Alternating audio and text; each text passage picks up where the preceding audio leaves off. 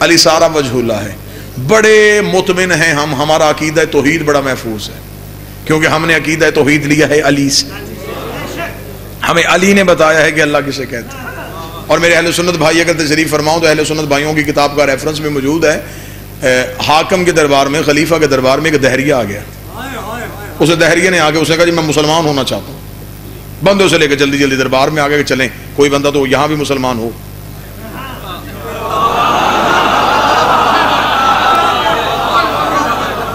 جب وہ دربار میں آیا تو لوگوں نے کہا جی مسلمان ہونے لگا، جی بندہ مسلمان ہونے لگا، بڑے خوش ہو گئے لوگ، مسلمان ہونا چاہتا ہے، رش بڑھ گیا۔ اسے کہا جی ہاں جی کلمہ پڑھائیں، اسے کہا جی شرط ہے پہلے سوال کا جواب دے، سوال پوچھوں گا جواب دے میں مسلمان ہو جاؤں گا۔ انہوں نے کہا فوراً سوال کا، اسے کہا تمہارے قرآن میں آیت ہے کہ اللہ علی کل شیء قدیر ہے، کیا اس آیت میں تو مسلمانوں کا یقین ہے؟ انہوں نے کہا بے شک یقین ہے۔ کون سی آیت ہے جس میں مسلمانوں کا یقین ہے؟ اس کا اللہ ہر چیز پہ قادر ہے، انہوں نے کہا ہے۔ اس کا پھر سوچ کے بتاؤ قادر ہے؟ انہوں نے کہا بے شک قادر ہے۔ اللہ ہر چیز پہ قدرت رکھتا ہے؟ انہوں نے کہا قدرت رکھتا ہے۔ اس کا میرا سوال یہ ہے کہ کیا تمہارا اللہ کوئی اور اللہ بھی بنا سکتا ہے؟ اب اگر کہیں نہیں تو وہ کہے قادر کیسا، اگر کہیں ہاں تو وہ کہے لا شریک کیسا۔ دہریے نے سوال کر دیا، ایک ایک لفظ ویڈیو کیمرے کی موجودگی میں لائیو پوری دنیا دیکھ رہی ہے، حرفوں کا جام۔ حاکم پریشان ہوا، علماء کو بلایا، بلا کے کہا اسے جواب دے کے مطمئن ہو۔ انہوں نے کہا اسے 3 دن کا ٹائم دیتے ہیں، تیسرے دن اسے جواب دیں گے۔ اسے کہہ دیا تیسرے دن آئیں، وہ چلا گیا۔ اب رہائش کے لیے وہاں جگہ کوئی نہیں تھی، انہوں نے کہا 3 دن کہاں رکے گا، چلا جائے گا جہاں سے آیا۔ تیسرے دن کی صبح ہوئی، جس نے نہیں آنا تھا وہ سب سے پہلے آ گیا۔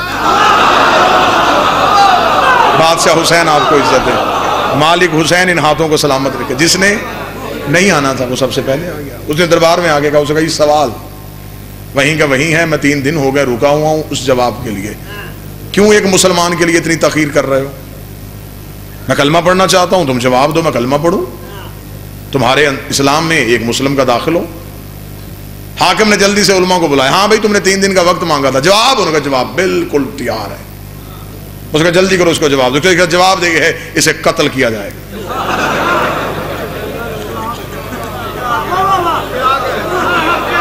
اسے کہا قتل کے لیے وجہ چاہیے ہوگی، کس وجہ سے کرے؟ اسے کہا ہمارے مذہب کی توہین کی، ہمارے اللہ پہ سوال کیا، ہم سے کہہ رہا ہے کہ اللہ کوئی اور اللہ بنا سکتا ہے، اس سے بڑھ کے توہین کیا ہوگی؟ قتل کریں گے اسے۔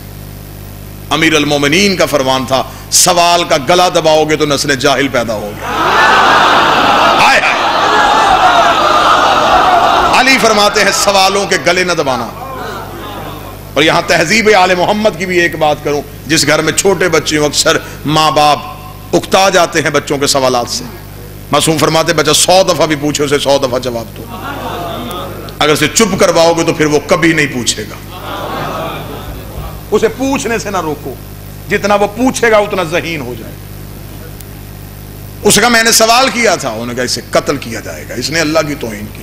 جلاد کو حکم ہوا، جلاد کی ننگی تلوار دہریے کی گردن پہ آئی اور اس نے اونچی کہکا لگایا۔ حاکم نے تخت پہ کہا موت سے پہلے کہکے کی وجہ سمجھ میں نہیں آئی۔ اس نے کہا مسکرا اس بات پہ رہا ہوں، میں جا رہا ہوں، سوال تیرے دربار میں زندہ رہے گا۔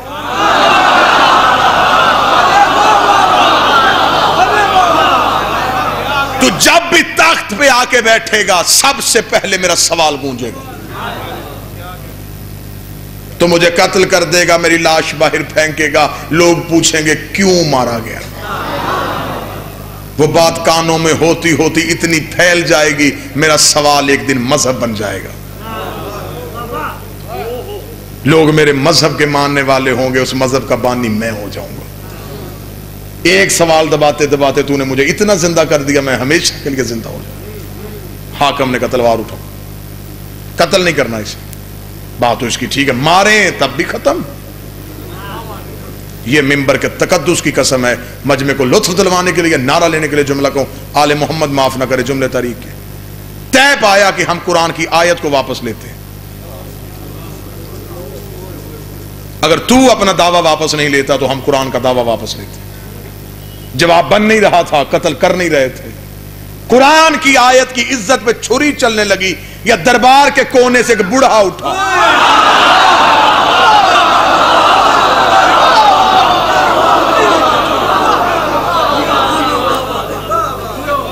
جب وہ کھڑا ہوا تو اس کے سینے پہ منا اہل بیت کا تمغہ لگا تھا. علی نے اسے بٹھایا اس لیے تھا حکومت پہ سوال ہو چپ رہنا، قرآن پہ چھری چلے تو بول پڑنا. علی نے اسے دربار میں حکومتیں بچانے کے لیے نہیں بھیجا تھا، شریعت بچانے کے لیے بھیجا. وہ دربار کے کونے سے اٹھ کے کھڑا ہوا اور اپنا جھریوں والا ہاتھ دہریے کی کلائی میں رکھ کے کہتا تجھے اس کے پاس لے کے جاؤں جو وارث قرآن ہے. مذہب شیعہ زندہ باد.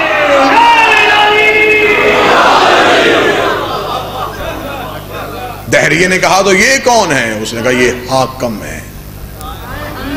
وہ کون ہے؟ وہ وارث ہے. یہ تخت پہ بیٹھے ہیں، یہ حکومت کرتے ہیں، ان کا قرآن سے اور شریعت سے کیا تعلق؟ تجھے وارث قرآن کے پاس لے کے جاؤ. آگے آگے سلمان، پیچھے پیچھے دہریہ. دہلیز وارث قرآن آیا. دہریہ بھی رکا تھا، بھی اپنی نالین اتار رہا تھا. یا علی نے حجرے کے اندر سے کہا سلمان یہ اللہ پوچھنے آیا ہے. دہریہ تو اسی وقت مطمئن ہو گیا تھا جب علی نے سوال کی شرمندگی سے بچا لیا تھا. امیر المومنین نے کہا کیا سوال ہے تیرا؟ اس نے کہا میرا سوال ہے کہ اللہ علی کل شیء قدیر ہے؟ علی فرمایا بے شک ہے. اس نے ڈرتے ڈرتے کہا کہ کیا وہ اللہ کوئی اور اللہ بھی بنا سکتا ہے؟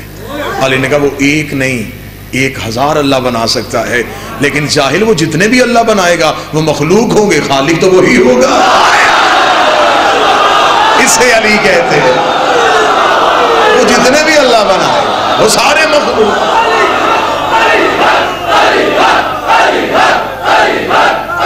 سارے مل کے سارے بھی ہاتھ اٹھا کے حیدری.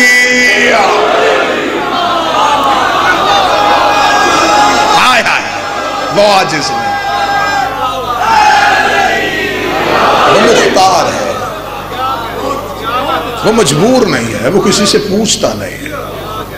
خدا کہتا حمد کرو اس اللہ جس کا کوئی بیٹا نہیں. وَلَمْ يَكُنْ لَهُ شَرِيكًا فِي الْمُلْكِ. خدا کہتا میں نے اپنے ملک میں کسی کو حصے دار نہیں بنایا. اللہ بھی بندوں کے ذہنوں میں پہلے اللہ بٹھاتا ہے پھر علی دکھاتا ہے.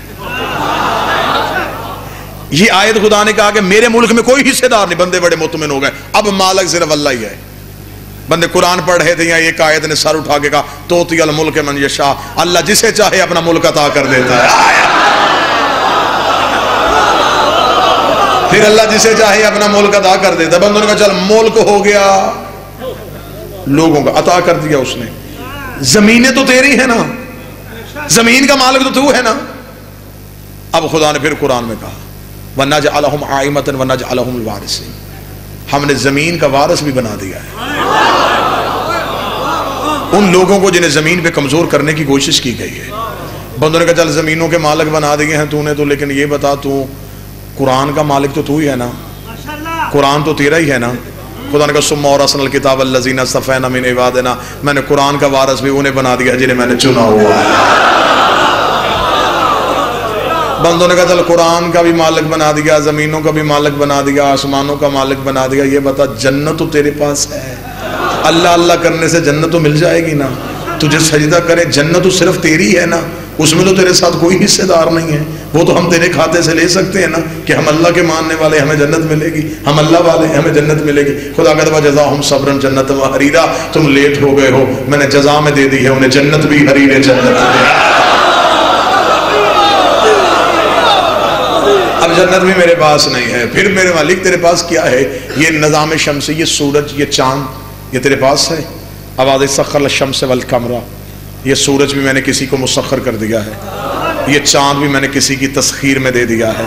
کون شیعہ گھر کا بچہ ہے جسے دعائے سفر یاد نہیں ہے؟ سبحان اللہ سخر لنا، پاک ہے وہ ذات جس نے اس سواری کو ہمارے لیے مسخر کیا۔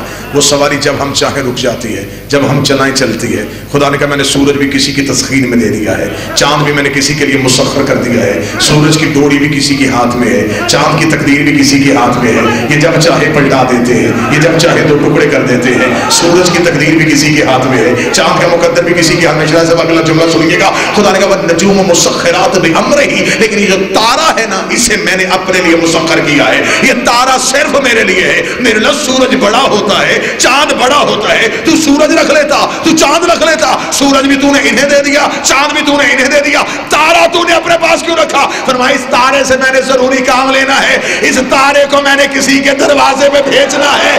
اگر میں کل بھیجوں کوئی یہ نہ سمجھے ان کی مرضی سے آیا ہے، اللہ کی مرضی سے آیا۔